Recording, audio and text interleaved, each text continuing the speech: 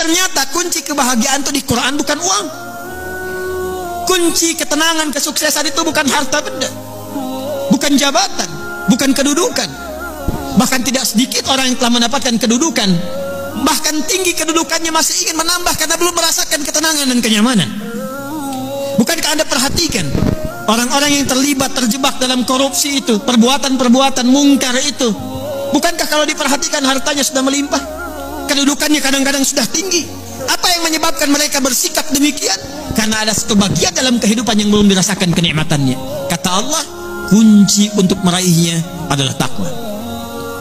Anda yang ingin mendapatkan tambahan pengetahuan yang sekarang tengah belajar, pelajarkah, mahasiswakah, ternyata kuncinya bukan sekedar bakat kepintaran. Quran surah kedua Al-Baqarah di akhir ayat 282, wattaqullaha wa yu'allimukumullah. Kamu tingkatkan takwamu kepada Allah, kata Allah, aku tambahkan dan ajarkan kepadamu tambahan pengetahuan. Kunci kebahagiaan ternyata bukan harta, bukan kedudukan. Quran surah kedua Al-Baqarah di akhir ayat 189, wattaqullaha la'allakum tuflihun.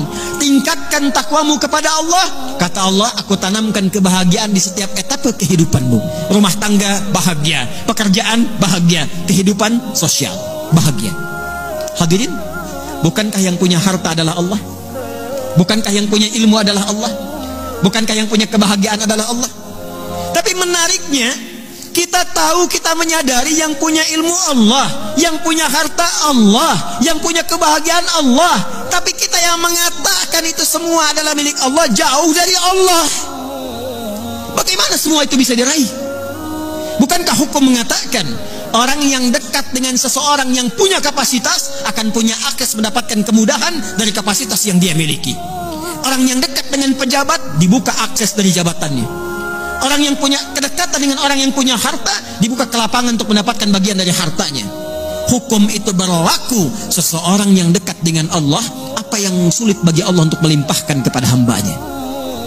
Jadi problemnya, kalau ada orang sukses di pekerjaan, kurang bahagia di rumah tangga, mungkin mohon maaf bukan karena kurang dolarnya, bukan karena kurang hartanya, boleh jadi yang kurang takwanya.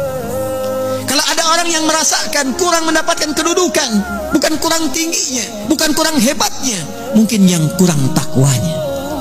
Kalau ada yang merasakan ini utang piutang kenapa belum lunas juga, ini kesulitan kenapa seringkali ada di hadapan, mungkin yang kurang hebat, yang dituntut dari Anda bukan kehebatan ikhtiarnya, bukan ilmunya, bukan tenaganya, barangkali yang kurang takwanya.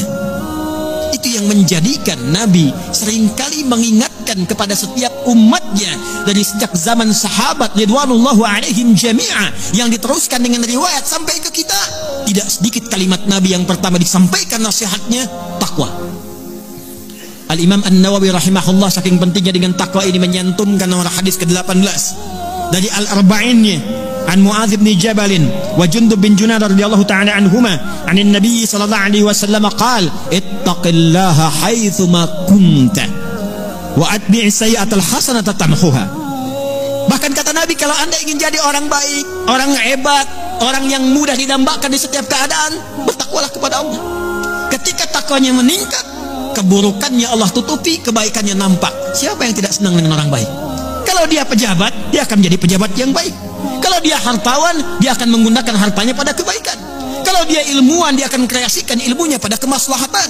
Jadi siapapun yang mampu meningkatkan takwa, kata Nabi, Allah akan rubah pribadi itu menjadi pribadi yang lebih baik dan bermaslahat dengan takwanya dalam kehidupan.